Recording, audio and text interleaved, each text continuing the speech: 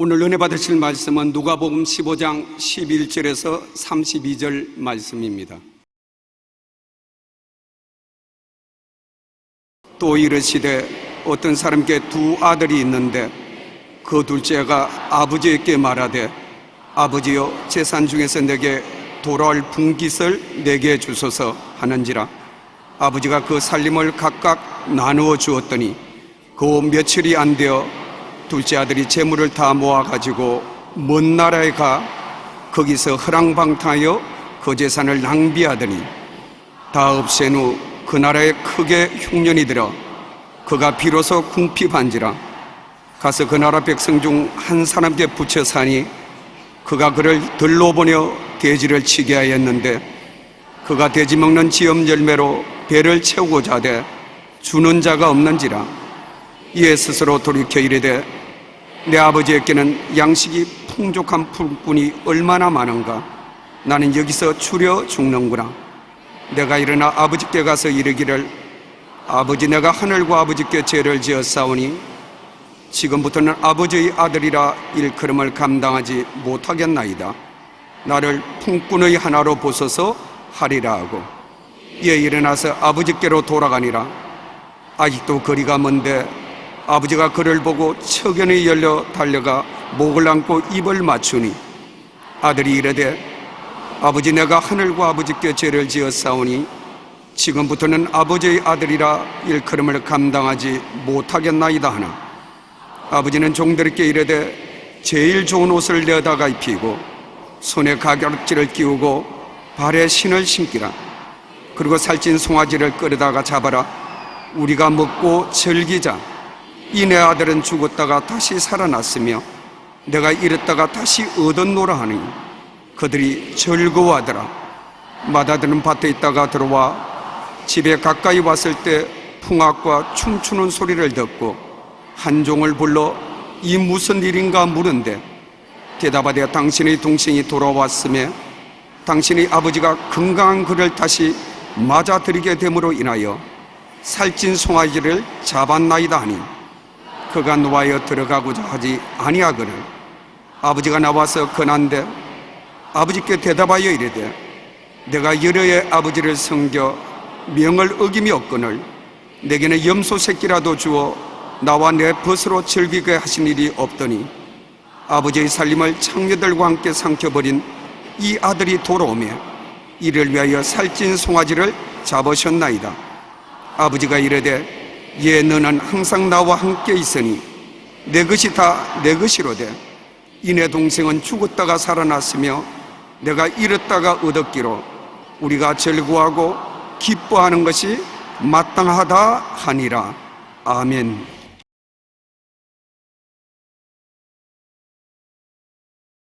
오늘 저는 여러분과 함께 나도 탕자인가 하는 제목으로 은혜를 나누겠습니다. 어떤 부유한 농꾼이 두 아들을 길렀습니다. 어릴 때는 부모 말도 순종 잘하고 훌륭한 아들들이었는데 나이 먹어서 장성하니까 이제는 아들들의 성품이 두루시 드러났습니다. 첫째 아들은 아버지 말을 잘 듣고 부지런하고 열심히 농사일을 하는데 둘째 놈은 시간만 있으면 시내로 나가버려요. 며칠씩 시내에서 놀다가 돌아오고 돈이 있으면 다 허랑방탕하게 써버리고 아버지 속을 속였습니다. 아무리 타일을 해도 듣지를 않습니다. 자식을 겉으로 놓았지 속으로 놓지 않았기 때문에 그 속에 삐뚤어진 마음을 고칠 도리가 없었습니다.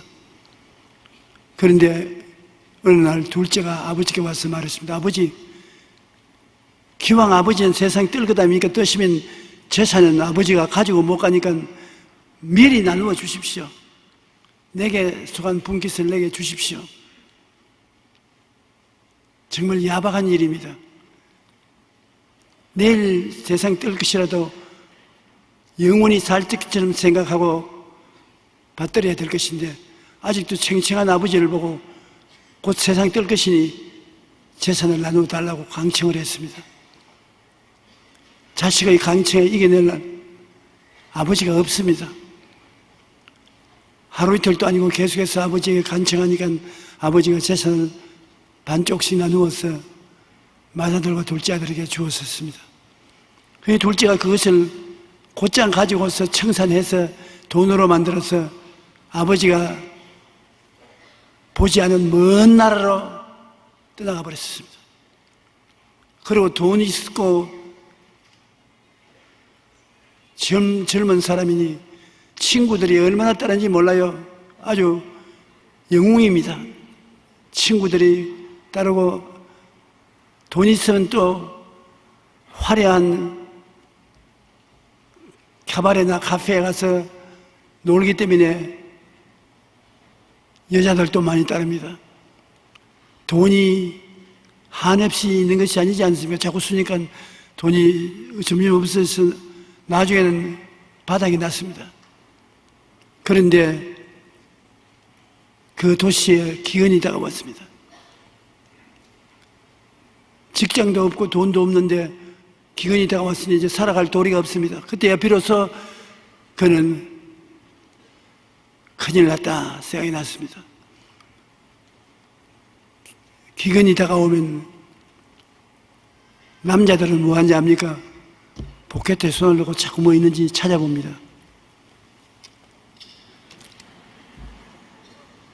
여자들은 핸드백 열어서 거울을 보고 최후의 살 길을 위해서 마지막 발버둥을 치는 것입니다. 그런데 포켓도를 아무리 뒤져도 이제 돈이 없습니다. 먹고 살 길이 없어서 가장 천한 직업에 응모를 했습니다. 가장 천한 직업이라는 돼지 치는 직업인 것입니다. 그런데 직업이 천하다 좋다 말할 수가 없어요. 먹고 살 수가 없으니까. 그래서 돼지 치는 곳에 가서 돼지 치는 일꾼이 되었는데 돼지가 먹는 쥐염 열매를 좀 같이 먹으려고 해도 돼지에게 물리기만 하고 쥐염 열매도 충분히 먹을 수가 없습니다. 너무나 배가 고프고 고통스럽습니다. 고향 생각이 나고 아버지 생각이 났습니다. 우리 아버지 집에는 양식이 풍족한 품꾼이 얼마든지 있는데 나는 여기서 줄여 죽는구나. 비로소 생활에 어려움이 다가오니까 깨어지고 회개하기 시작한 것입니다. 사람이 깨어지는 것이 참 중요한데 평범한 생활 속에서 남 깨어지지 않습니다. 고난을 당해서 감당할 수 없으면 깨어지기 시작하는 것입니다. 이 사람은 깨어졌습니다. 내가 잘못했다. 아버지 집을 떠나는 것은 잘못했다. 지금이라도 아버지에게 돌아가면 아버지가 나를 받아주시겠냐? 내가 고약한 짓을 했으니 안 받아주겠지.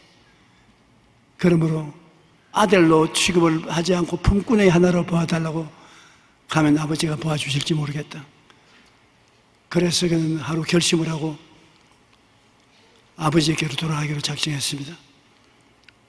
남루한 옷을 입고 맨발 벗고 머리는 산발이 되고 얼굴은 여위에서 피골이 상접한 사람이 되어서 아버지 계신 곳으로 가니까 아버지가 그 아들이 집을 떠난 후에 하루도 쉬지 않고 아들을 위해서 기도하고 아들이 돌아오기를 간구했는데 아들이 돌아온다는 말을 듣자 아버지가 뛰어나갔습니다.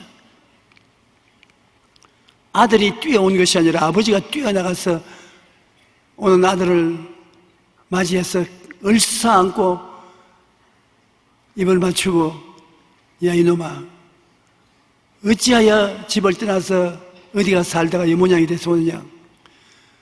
그래 이 아들은 아버지에게 회개할 기회를 얻어서 회개하려고 아버지여 내가 하늘과 아버지께 죄를 지었나이다. 야야 시끄럽다 가만히 있어. 제일 좋은 옷을 갖다 입혀라. 신발을 신겨라. 가락지를 끼워라. 집에 가서 우리에 들어가서 가장 살찐 송아지를 잡아라. 이네 아들은 죽었다 살아났으면 이랬다 얻었으니 먹고 즐기자. 아들이 미처 말하기도 전에 아버지가 아들을 인해서 너무 기뻐하고 즐거워하는 것입니다.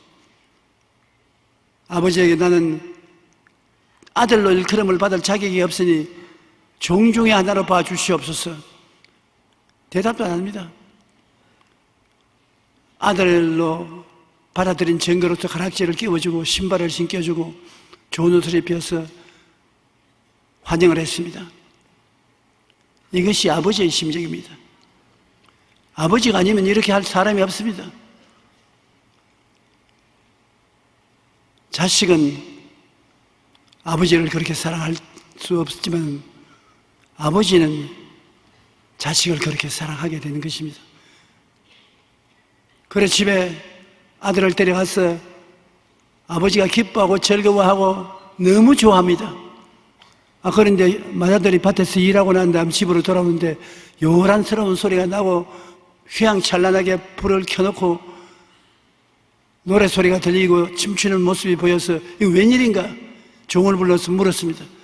당신의 둘째 몸승하게 집에 돌아온 것을 아버지가 기뻐해서 큰 잔치를 베풀었다. 뭐 어째 이놈의 집안 이제 그걸로 돌아간다. 나는 안 들어간다. 그 아버지가 왔어. 야, 빨리 돌아오너라. 너희 동생이 돌아왔으니 우리 함께 먹고 즐기자. 아버지, 동생이 돌아왔다고요? 저놈 아버지 재산을 가져와서 나쁜 놈들하고 다 탕진 가산하고 병들어서 이제 돌아오는데 아버지가 왜 그를 영접하는 것입니까? 그건 나쁜 놈인데 처벌해야죠. 그런 놈하고 나는 상관하지 않습니다. 나는 안 들어가겠습니다. 아버지가 얘야, 그래도 그건 너희 동생 아니냐? 죽었다가 살아났으면 이랬다가 이런 자식 아니냐? 기뻐하는 것이 마땅하지 않냐? 나는 기뻐하지 못합니다. 나는 아버지조차 이상하게 생각됩니다. 저렇게 나쁜 놈을 아버지는 용서하시고 사랑하시고 받아들인다니 콩가루 집안 아닙니까? 집안에 질서가 쓰겠습니까? 나는 저런 놈이 집에 있으면 이 집안에 내가 들어있지 않겠습니다. 아버지가 나에게는 염소 새끼 한 마리도 안 주더니 얘에게는 왜 살찐 송아지를 잡았습니까? 야, 너는 나하고 같이 있으니까 내 것이 다 내 것이고 염소 새끼 아니라 황소라도 네가 잡아먹고 싶으면 잡으면 그뿐 아니냐? 왜 그러냐? 정지하지 말고 심판하지 말고 들어오너라. 나는 못 들어갑니다. 안 들어갑니다. 이것을 율법주의라고 하는 것입니다. 율법적으로 정지하고 심판하는 것입니다. 아버지는 은혜를 가지고 자식을 대합니다. 사랑은 허다한 허물을 덮는다고 죄를 다 덮어버린 것입니다. 용서하고 사랑으로 받아들이는 것입니다. 그래서 용서와 사랑이 정의냐, 정지하고 심판하는 것이 정의냐, 둘 중에 어느 것을 우리가 정의라고 생각하는 것입니까? 한때 미국의 종교 철학자가 정의에 대해서 말을 해서 그 책이 발간돼서 한국에서 많이 읽고 선전도 많이 되었습니다. 정의가 무엇이냐? 여러분, 정의가 무엇이라고 생각하는 것입니까? 정지하고 심판하는 것이 정의라고 생각합니까?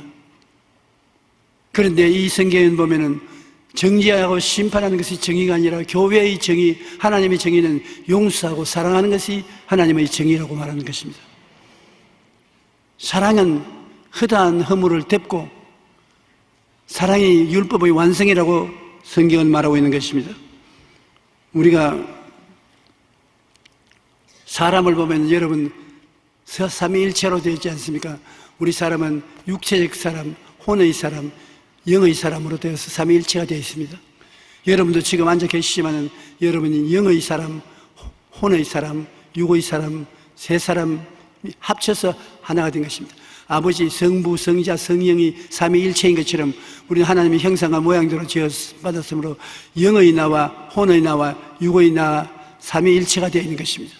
육의 나는 육신을 쫓는 것인데 이 둘째 아들은 육신을 쫓는 육의 나에 잡혀서 혼도 육신의 노예가 되고 영도 육신의 노예가 되어서 영이 그 노예가 되어서 끌려다녔습니다.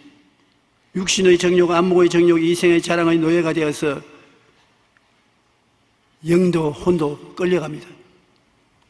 육신의 일이 무엇입니까? 갈라디아서 5장 19절로 21절에 육체의 일은 분명하니 곧 음행과 더러운 것과 호색과 우상숭배와 주술과 원수 맺는 것과 분쟁과 시기와 분냄과 당지는 것과 분열함과 이단과 투기와 술취함과 방탕함과 또 그와 같은 것들이라. 전에 너희에게 경계한 것 같이 경계하노니 이런 일을 하는 자들은 하나님의 나라를 유업으로 받지 못할 것이요. 아담과 하와가 사람을 만드셨을 때 육체의 사람, 혼의 사람, 영의 사람, 삼위일체로 만들었는데 육의 사람이 처음 지음을 받았을 때는 이렇게 나쁘지 않았습니다. 육이 부패하지 않았습니다. 육의 사람은 혼과 영을 담고 다니면서 인생을 살아가는 아주 필요한 것이었습니다. 여러분, 육체가 있어야 삶을 이어나갈 수 있지 않습니까? 그런데 그 육이 타락하고 난 다음 죄가 들어옴으로 부패하니까 육체의 일은 아주 더러운 것으로 꽉 들어차고 마는 것입니다. 육신적인 자아가 혼적 자아와 영적 자아를 끌고 갈 때 그 사람은 꿈도 삶의 목표도 없는 부패한 인생이 되고 마는 것입니다. 그 마음속에 육신이 왕이 되어서 혼과 영을 끌고 가면은 그 사람은 부패하고 희망이 없는 사람이 되는 것입니다. 육신적인 인생을 사는 사람은 방탕한 삶의 결과 기근이 다가오는 것입니다. 돼지치는 직업은 가장 천한 직업입니다. 그는 자기 인생이 누더기같이 썩었다는 것을 돼지를 치면서 깨달았던 것입니다. 육을 따라가다가 보니까 혼도 파괴되고 영도 파괴되는 것입니다. 여러분, 혼은 자기 중심의 이론적인 삶을 혼이라고 말하는 것입니다. 혼은 과학적이고 논리적이고 그리고 인본주의적인 자아가 혼의 자아인 것입니다. 그러나 육의 자아를 가지고 살다가는 굶어 죽을 수밖에 없습니다. 그러므로 그는 회개했습니다. 육의 자아를 깨뜨리기 시작한 것입니다. 자기가 잘못한 것을 깨닫고 회개하면 육체가 깨어지는 것입니다. 그래서 육을 정복하고 마음속에 희망을 가지고 아버지에게 죄를 고백하고 집으로 돌아오겠다고 작정을 한 것입니다. 누가복음 15장 17절로 21절에 보면 이에 스스로 돌이켜 이르되 내 아버지에게는 양식이 풍족한 품꾼이 얼마나 많은가, 나는 여기서 줄여 죽는구나. 육의 자아가 완전히 깨어지기 시작하는 것입니다. 배고프고 고달프니까 안 깨어질 수가 있습니까? 그러니 통회하고 자복하는 것입니다. 이에 일어나서 아버지께로 돌아가니라. 아직도 거리가 먼데 아버지가 그를 보고 측은히 여겨 달려 목을 안고 입을 맞추니 아들이 이르되 아버지, 내가 하늘과 아버지께 죄를 지었사오니 지금부터 아버지의 아들이라 일컬음을 감당치 못하겠나이다. 나를 종 중에 하나로 보아 주시옵소서라고 그는 아버지께 간구했습니다. 그러나 아버지는 회개하는 것만으로 만족하게 되겠습니다. 자식이 깨어져서 돌아오는 것을 아버지는 너무나 반갑고 기쁘게 생각하신 것입니다. 그러나 맏아들은 자기 동생이 그렇게 회개하고 돌아오기를 원치 않았습니다. 아주 미웠습니다. 맏아들은 혼적인 사람인 것입니다. 맏아들은 무엇이든지 이성으로 생각하고 합리적으로 사고하는 사람인 것입니다. 동생의 용서와 사랑으로 생각하지 않습니다. 동생이 오면 율법으로 죄를 지은 놈이고 죄를 지은 놈은 벌을 받아야 된다. 아주 혼적인 사람인 것입니다. 동생에 대해서 분노를 느끼고 아버지에 대해서 반항을 가졌습니다. 아버지의 비이성적인 비율법적인 태도에 분노했습니다. 아버지가 이성적으로 생각해보면 저런 나쁜 놈을 받아들일 수가 있느냐?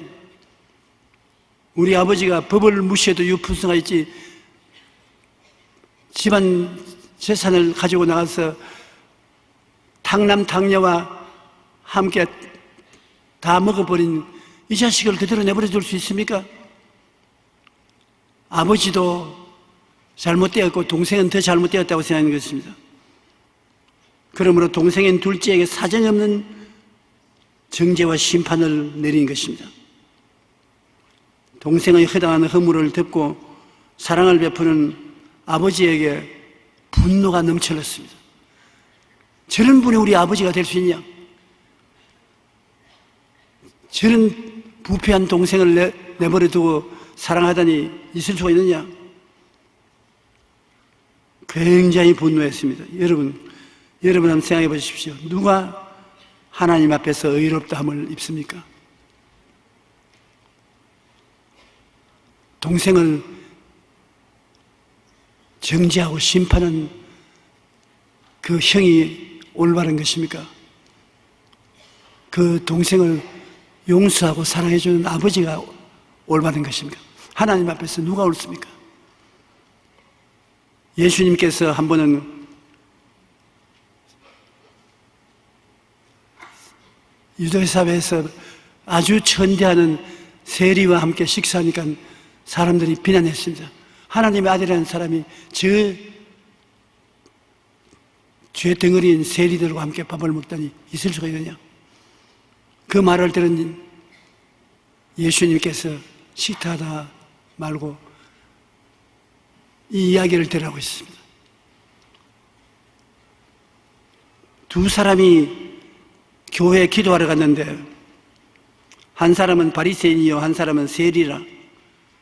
바리새인은 서서 기도하여 이르되 하나님이여 나는 다른 사람들 곧 토색, 불의, 간음하는 자들과 같지 않고 저 세리와도 같지 아니함을 감사나이다. 나는 일에 2번씩 금식하고 소득의 11조는 드리나이다. 얼마나 중형스러운 사람입니까 하나님.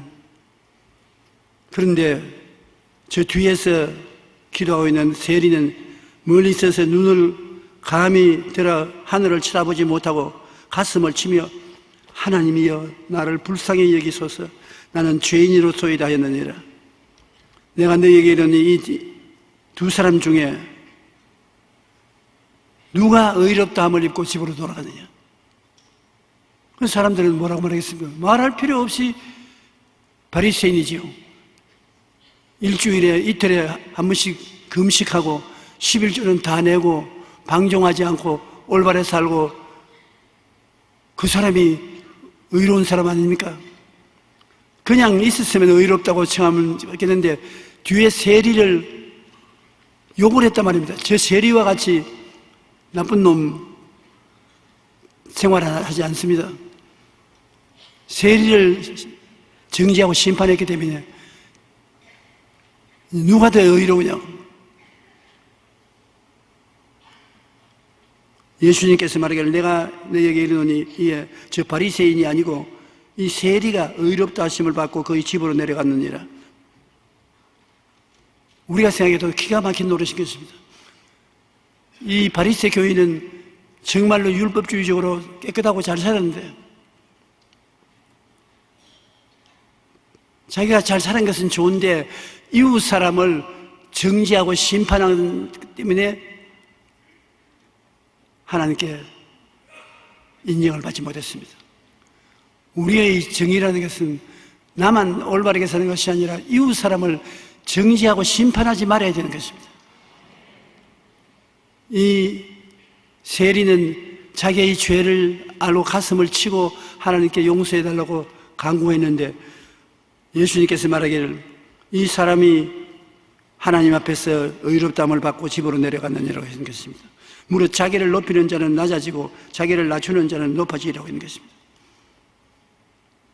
사람이 아무리 옳게 살아도 자기를 높여서 나는 너보다 낫다, 나는 너보다 훌륭하다, 비교해서 자기가 훌륭하다고 자랑하면 하나님께서 그를 의롭다고 하지 않습니다. 자기의 잘못을 깨닫고 자기도 용서받고 사랑을 받아서 은총을 입고 구원을 받은 것을 알기 때문에 똑같이 죄짓고 불의하고 추악한 사람을 볼 때 용서하고 사랑해야 자기의 의로움이 인정되는 것입니다. 그러므로 교회 오면 오래 예수 믿은 사람이, 예수 믿기 얼마 안 된 사람이 죄를 짓는 것 보고 달래서 의로운 길로 이끌지 아니하고 욕을 합니다. 저런 나쁜 놈의 자식이 교회에다 나와 아주 나쁘다 정죄받아야 된다. 손가락질하고. 그러면 그 사람을 정죄한 그 죄 때문에 자기가 의롭게 사는 것도 효과가 없어지고 마는 것입니다. 남하고 비교하지 말아야 됩니다. 절대 비교하지 말아야 되겠습니다. 비교해서 나는 저 사람보다 낫다고 생각하면 하나님이 너가 못하다고 말씀하는 것입니다. 비교하지 말고 자기는 하나님 앞에 회개하고 깨어졌으면 하나님 믿고 순종하고 나오고 못된 사람이 있으면 위에서 기도해 주는 것이 좋지 비평하고 판단하지 말아야 되는 것입니다. 대단히 어려운 삶인 것입니다. 죄인, 탕자, 사기꾼 등과는 함께 할 수 없다고 하는데 그렇게 되면 어떻게 되는 것입니까? 이 마다들은 자기의 동생이 죄인이요 탕자요 사기꾼이기 때문에 함께 할 수 없다. 아버지 계신 집에 안 들어가겠다.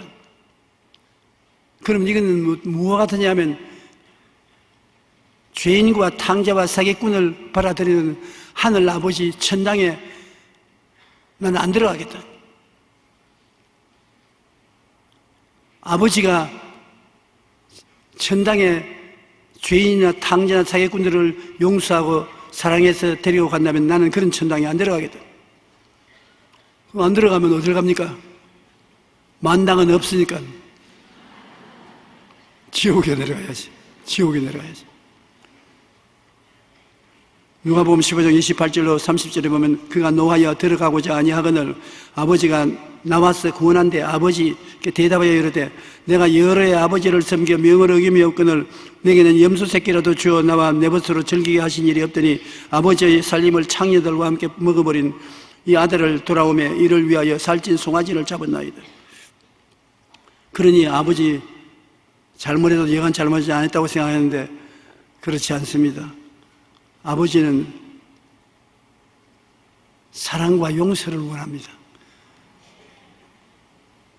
어떤 아버지냐? 여러분 보고 꺼져가는 심지도 끄지 않고 끝까지 갈 때도 끄지 않은 것이 아버지인 것입니다. 그냥 우리는 가서 그 사람이 갈 때가 끄꺼져서 흐느흐느하면 싹 끄꺼가지고서 탁 불이 뿌리고 불이 잘 안 켜져서 연기가 나는 촛불 보면 훅 꺼버립니다. 이런 건 우리 교회에 소용없다. 끄꺼버려라. 불을 버려라.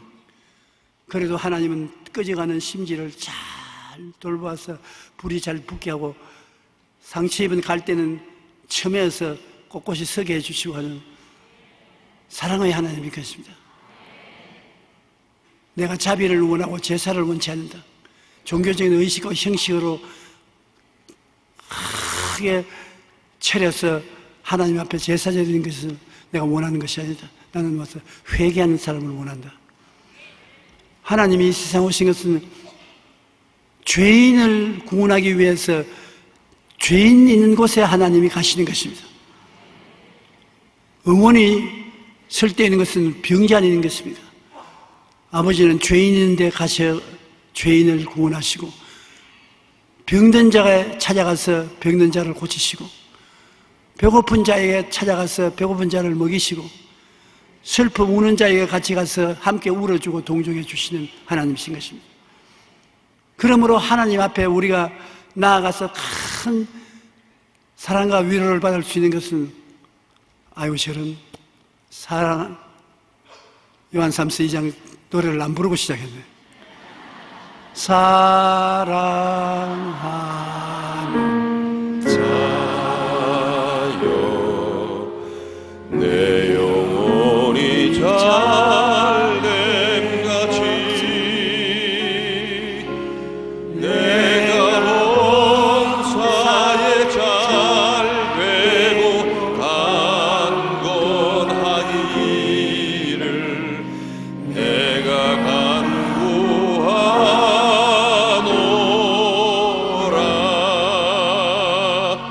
이렇기 때문에 내 영혼이 잘못된 죄인들이 득실거리는 곳에 하나님은 찾아 들어가서 죄인들을 회개시키시고 용서하시고 구원시키는 역사를 베푸는 것이요, 범사에 잘되기를 원하기 때문에 낭패와 실망을 당하고 생활이 막지야경이 되고 헐벗고 굶주린 사람인데 하나님은 들어가서 그 사람들을 축복하고 건져주시는 것이고 하나님은 병자, 아파서 괴로워 고통당하는 사람 찾아가서 병자를 위해서 기도를 받으시고 축복해 주셔서 고쳐주시는 것입니다. 그러므로 하나님이 어디 계시냐? 오살리 기도원에 계십니다. 천만에요. 하나님 어디 계시냐? 여의도 순복음 교회당에 있습니다. 잘못 알았습니다. 하나님 어디 계시냐? 죄인들이 있는 곳에 계십니다. 하나님 어디 계시냐? 가난한 사람이 있는 곳에 계십니다. 하나님 어디 계시냐? 병든 자에게 같이 계십니다. 그러므로 하나님이 어디 계신 것을 알아야 되는 것입니다. 그러므로 그 하나님을 그와 같은 곳에 모시고 가면은 하나님의 능력과 영광이 나타나는 것입니다. 이번에 우라지오스토크도 가서 보니까 하나님께서 병든 자와 같이 계시다는 것을 너무나 뚜렷이 알 수 있는 것은 병이 한두 명 낫는 것이 아닙니다. 뭘 다 낫어요.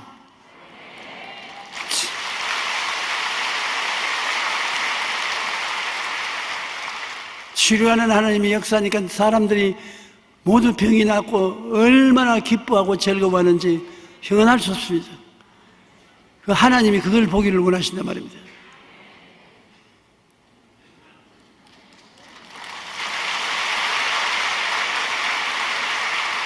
저 사람 안경 끼고 안수하는 거 도와주는 사람 있지 않습니까?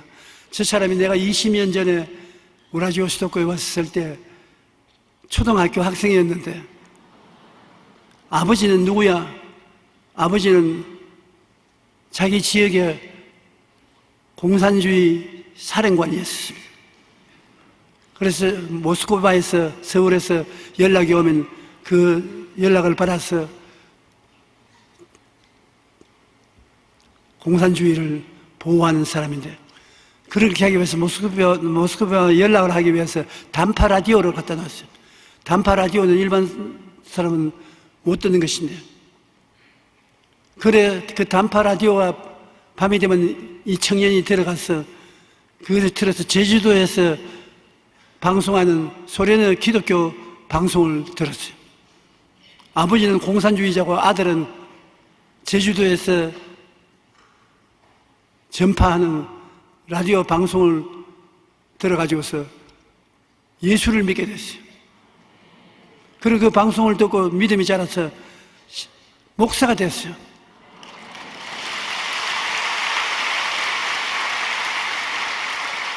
그래 아버지는 가슴을 치고, 야 이놈아, 너 들으라고 단파 방송을 갖다 놓은 것이 아니라 공산당을 위해서 방송을 갖다 놓는데 너는 들으라는 공산당은 안 되고 어떻게 해서 예수 믿고 목사가 되느냐?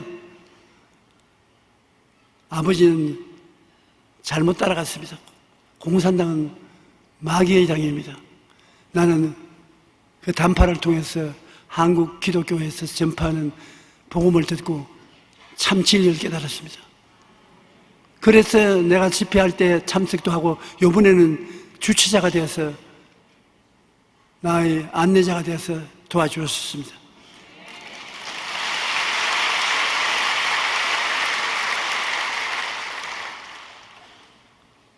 자원 하나님의 성령께서는 어떠한 일도 영혼을 구원하기 위해서 사용해요. 공산주의가 있는 곳에 하나님을 얼마나 반대하고 배반합니까? 공산주의 집안에 하나님이 차에 들어가서 그 아들을 예수 믿게 만들어버리는 것입니다.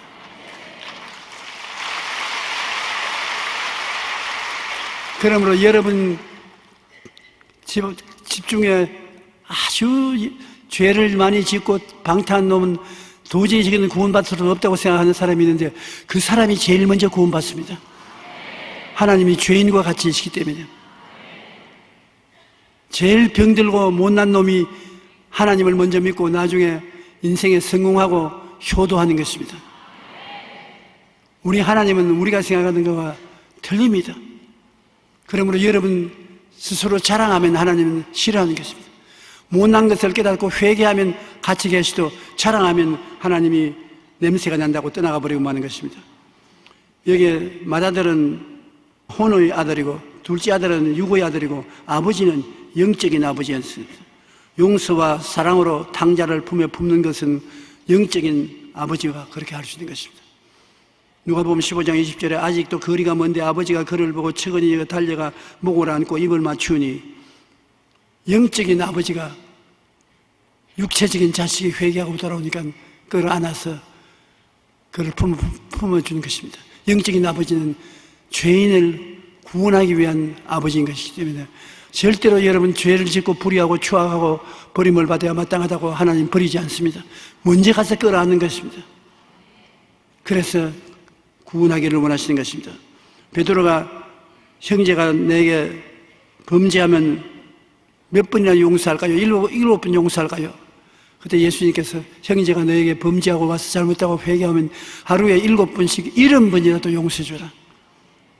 하나님, 여러분이 생각하는 것 그렇게 무서운 하나님 아니신 것입니다. 하나님은 사랑과 은혜가 넘치는 하나님이신 것입니다. 허물을 벗겨 정죄하지 않고 심판하지 않습니다.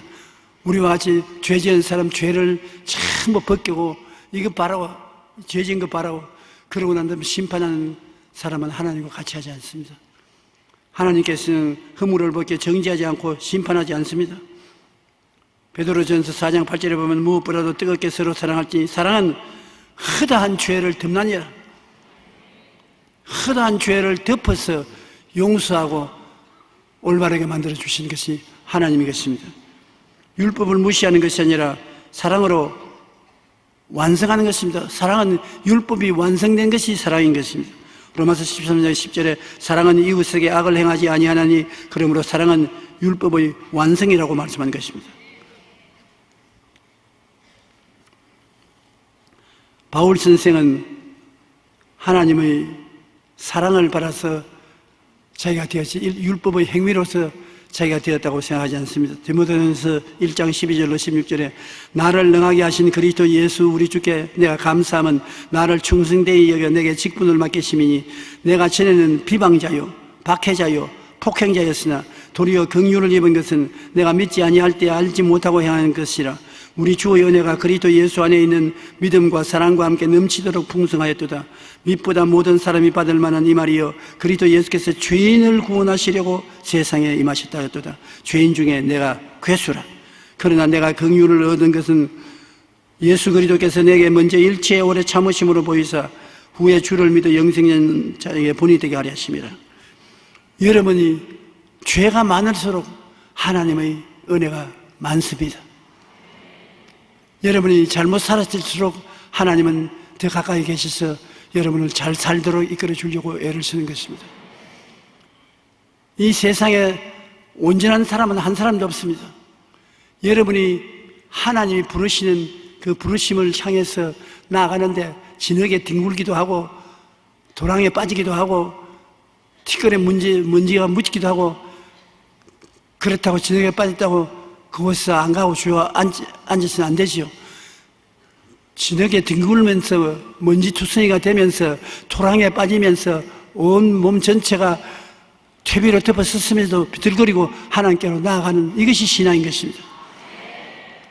의롭고 거룩하고 완전한 사람이 되어서 모든 사람에게 박수를 받으면서 아버지께로 나아가는데 하나님 아버지여 날 좀 보소 날 좀 보소 동지set달 꽃본 듯이 날 좀 보소. 나는 한 주일에 2번씩 금식하고 나는 철야도 기도도 하고 하나님 말씀도 읽고 제 죄인들하고는 틀립니다. 하나님 가라 비켜. 괜히 저 죄인들 오는데 긁어친다. 비켜라. 아버지 나는 개똥밭에 뒹굴었습니다. 소똥밭에 들어 누웠습니다. 나는 도랑에 빠져서 냄새가 납니다. 오너라. 그러니까 내가 다 씻을 수 있으니까 날 오너라. 좀 기다려라.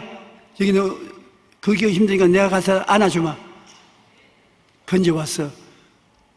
예수님의 보혈로 씻어주고 의로운 옷을 입혀주고 가락지를 끼워주고 신발을 신겨주고 하나님의 은혜의 송아지를 잡아서 대접해 주는 것입니다. 이런 하나님인 것입니다. 이런 아버지의 자녀가 되었다는 것을 여러분 자랑스럽게 세워야 되는 것입니다. 사랑은 언제나 여러분 영혼이 잘됨같이 범사에 잘되며 강건하게 되기를 원하는 것이 사랑인 것입니다. 사랑은 좋은 옷을 내어다 입히고 손에 가락지를 끼우고 발에 신을 신기고 살찐 송아지를 끌어잡아 먹고 즐기는 이것이 사랑인 것입니다. 사랑은 나쁜 것 주지 않습니다. 제일 좋은 옷은 예수님의 십자가의 보혈로 값주고 산 옷이 제일 좋은 옷입니다. 손에 가락지를 끼우는 것은 아들이 되면 아들이 됐던 증거로서 가락지를 끼우죠. 신발은 아버지가 예비한 신발을 신겨준다는 것은 준비하는 모든 물질과 환경을 상속으로 주는 것입니다. 살찐 송아지를 잡고 먹고 즐기는 것이 하나님께서 원하시는 것입니다.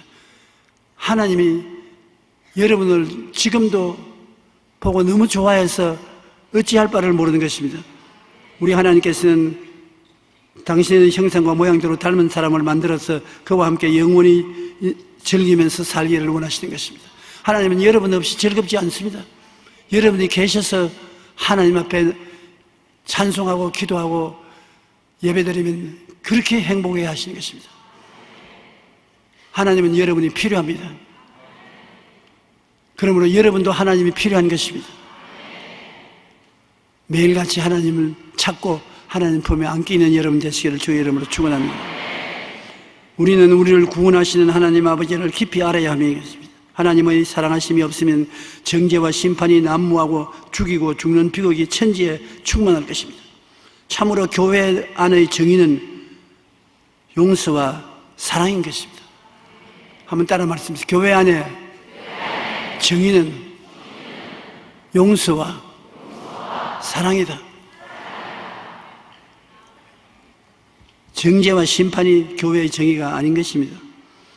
예수님은 구약의 10계명을 두 가지 나누었습니다. 주 너희 하나님을 사랑하고 내 이웃을 내 자신같이 사랑하라. 이것이 율법의 완성이라고 말씀하는 것입니다. 갈라디아서 5장 14절은 온 율법은 내 이웃 사랑하기를 내 자신같이 하라 하신 말씀에 이루어졌다. 사랑하면 율법은 이루어지는 것입니다. 그러므로 율법의 핵심은 사랑입니다. 탕자의 아버지는 율법을 무시한 것이 아니라 사랑을 완성한 것입니다. 로마서 13장 8절과 10절에 말씀하기를 남을 사랑하는 자는 율법을 다 이루었느니라. 사랑은 이웃에게 악을 행하지 아니하나니 그러므로 사랑은 율법의 완성이니라고 말씀하고 있는 것입니다. 우리를 향한 하나님의 사랑은 조건적인 것이 아니라 무조건적으로 사랑하는 것입니다. 인물이 잘났기 때문에 사랑하는 것 아닙니다. 돈을 많이 벌었기 때문에 사랑하는 것 아닙니다. 무조건 하고 여러분을 사랑하는 것입니다. 하나님의 자녀이기 때문에 하나님이 여러분을 사랑하는 것입니다. 스바냐 3장 17절은 너희 하나님 야훼가 너희 가운데 계시니 그는 구원을 베푸실 전능한 자이시니라. 그가 너로 말미암아 기쁨을 이기지 못하여 너를 잠잠히 사랑하시며 너로 말미암아 즐거이 부르며 기뻐하시리라. 한번 따라 말씀해 주시기 바랍니다. 구원을 베푸는 전능자이시니 그가 너로 말미암아 기쁨을 이기지 못하시며 너를 잠잠히 사랑하시며 너로 말미암아 즐거이 부르며 기뻐하시리라. 한번 생각해 보십시오. 하나님이 여러분을 얼마나 좋아하시는지. 저는 저희 기억에 나를 제일 좋아하시는 분이 우리 할머니 같습니다. 난 맏아들이 되어서 우리 할아버지와 할머니하고 살았어요. 우리 어머니 아버지하고 같은 방에 잔 기억은 없습니다. 그러나 할아버지 할머니 방에 같이 자고 먹고 살았습니다.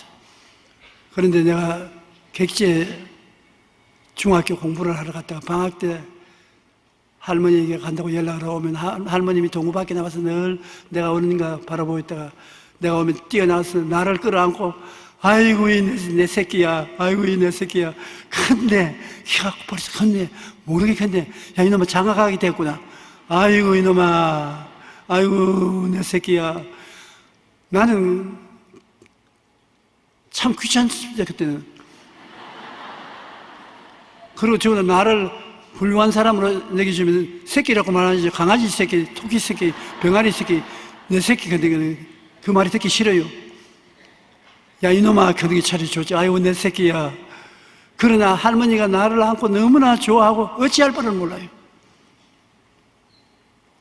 지금 천국에 계신데 나 천당에 올라가면 그래 또 뛰어나와서 그렇게 해주실지 모르겠습니다만, 여러분 외롭고 괴롭고 버림받았다고 생각하지 마십시오.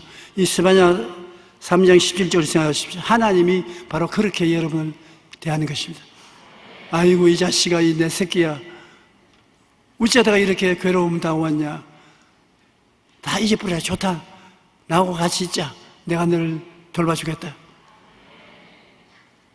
이 하나님이 사랑을 알고 하나님을 믿고 의지하고 나가면 하나님이 무엇을 안 해주시겠습니까? 하나님은 여러분을 위해서 무엇이든지 응답해 주시는 것입니다. 오스왈드 체인버스는 그리스도인의 가장 큰 특성이 용서하는 것이라고 말했던 것입니다. 하나님의 초자연적인 은혜가 우리의 삶에 임할 때 나타나는 가장 중요한 특징은 예수 그리스도에 의한 용서가 우리 안에 체험되어 같은 용서로 다른 사람을 용서하게 되는 것이다. 죄의 용서는 당신과 내 안에 나타나는 가장 위대한 초자연적인 기적이다. 가장 큰 기적이 용서하는 마음이라는 것입니다. 내가 남에게 용서받기만 하는 것이 아니라 남을 용서하는 마음이 기적이다. 그것이 가장 귀한 것입니다. 이 세상에 용서를 경험하지 않고 살아가는 사람은 한 사람도 없을 것입니다. 누구나 크고 작은 일에 용서하거나 용서를 받고 살아가는 것입니다. 부부간에 가정을 이루고 사는 것도 항상 사랑하며 산다고 생각하면 안 됩니다. 우리 후반기 인생은 전반기 인생과 다르거든요. 전반기 인생은 서로 생신하게 같이 만나서 살기 때문에 사랑을 하고 하면 몇십 년을 같이 살다 보면은 이제는 예쁜지 안 예쁜지도 모르고 좋은지 안 좋은지도 모르고 같이 살고 싶은지 안 싶은지도 모르고 뭐하냐? 그저 같이 사는 겁니다. 내 신앙 상담에 와서 중년 이상이 와서 사랑을 느낄 수가 없다고 그런 불평을 말하는 사람이 있어요. 그때 내가 뭐라고 대답하면 사랑을 느낄 게 뭐 있습니까? 그냥 사는 거지. 그냥 밥 먹고 사는 겁니다. 그 이상 바라지 마십시오. 여러분, 사람들끼리 죽자고 사랑하는 사람 없습니다. 그냥 밥 먹고 사는 것인데 미워하지 말고 용서만 하면 됐습니다. 용서를 안 하면 문제 있으면 용서만 하면 됐습니다. 돈을 못 벌어와도 용서해주고 악교를 안 지겨도 용서해주고 좀 슬픈 일을 당해도 용서해주고 용서가 제일 위대한 기적인 것입니다. 교회도 하나님 것입니다. 하나님은 여러분을 교회에 올 때 늘 용서로서 받아주시지 여러분에게 조건을 붙이지 않습니다. 이혜인 수녀님이 용서의 기쁨이라는 시를 지었는데 가톨릭 수녀가 지었지만 시는 진리를 말해서 아주 좋은 시였습니다. 산다는 것을 날마다 새롭게 용서하는 용기, 용서받는 겸손이라고 일기에 썼습니다. 마음에 평화가 없는 것은 용서가 없기 때문이라고, 기쁨이 없는 것은 사랑이 없기 때문이라고 나직히 고백합니다. 예수님도 말씀하시네요. 7번씩 70번이라도 용서하라고. 마음에 드는 사람뿐 아니라 원수까지 사랑하는 법을 배우라고요. 수백 번 입으로 외우는 기도보다 한 번 크게 용서하는 행동이 더 힘있는 기도일 때가 많습니다. 세상에서 가장 큰 기쁨은 용서하는 기쁨, 용서받는 기쁨입니다.